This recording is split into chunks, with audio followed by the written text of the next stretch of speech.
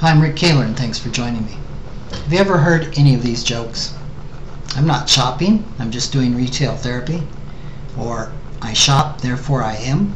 Or maybe, when I die, bury me at the mall so my wife will come to visit me.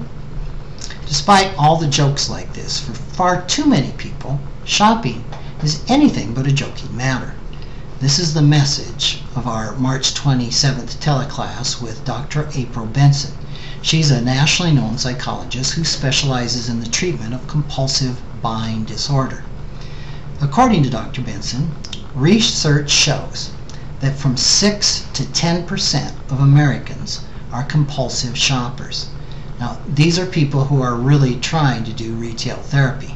Shopping is their response to stress. It's a way to avoid or soothe emotional pain. It serves the same function that alcohol does for alcoholics, or work does for workaholics, or that gambling does for someone that has a compulsive gambling disorder. And like those other substances or activities, the attempted cure is just as bad or even worse than the disease that prompts it. I was especially interested in several points that Dr. Benson made during our interview. First, compulsive shopping, like workaholism, is condoned or even encouraged by our society. In fact, our economy is based on creating more desire to buy discretionary items. That's what the government's tax rebate is all about. Their encouragement is to go out and spend it. Another one was that compulsive shopping isn't necessarily a problem only for those who spend more than they can afford. And I thought this was really interesting. Certainly overspending is one serious aspect of this problem for many people. But even those who can afford what they buy can suffer from compulsive shopping. So can those who shop but don't even necessarily buy anything. This is because the cost of compulsive shopping isn't necessarily measured only in money. There are also significant costs in the terms of time, energy, and the consequences of failing to address the emotional issues or life problems that we're trying to avoid by the compulsive shopping behavior.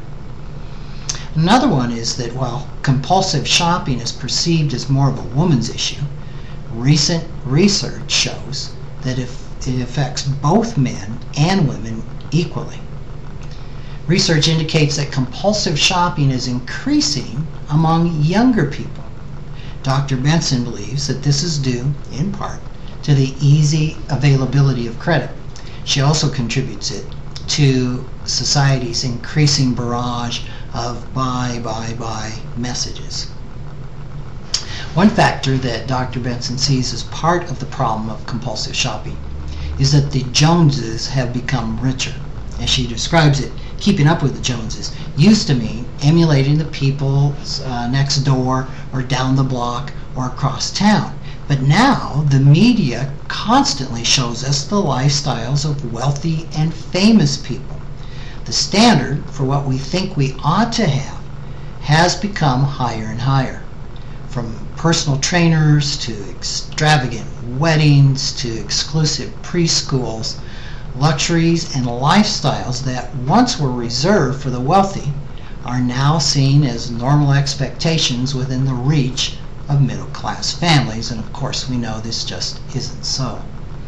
For people who are concerned that they might be compulsive shoppers, Dr. Benson suggested looking at 3 factors. First, do you use shopping and buying as a quick fix for emotional distress? 2, have you tried to stop shopping and have just been unable to do so? Or 3, are you especially susceptible to advertising messages? Now, Dr. Benson's treatment program helps people look at their pasts to identify the sources of this problem, to identify triggers that cause them to shop, and takes a clear look at the consequences of compulsive shopping and what it's really costing the person. She also helps clients determine what needs they are really trying to meet through shopping, then explores healthier ways to meet those needs. She's completing a self-help book, To Buy or Not to Buy, Why We Overshop and How to Stop, which will be published in December of this year, December 2008, by Trumpeter Books. For more information, check out her website at www.stoppingovershopping.com. Thanks for joining me.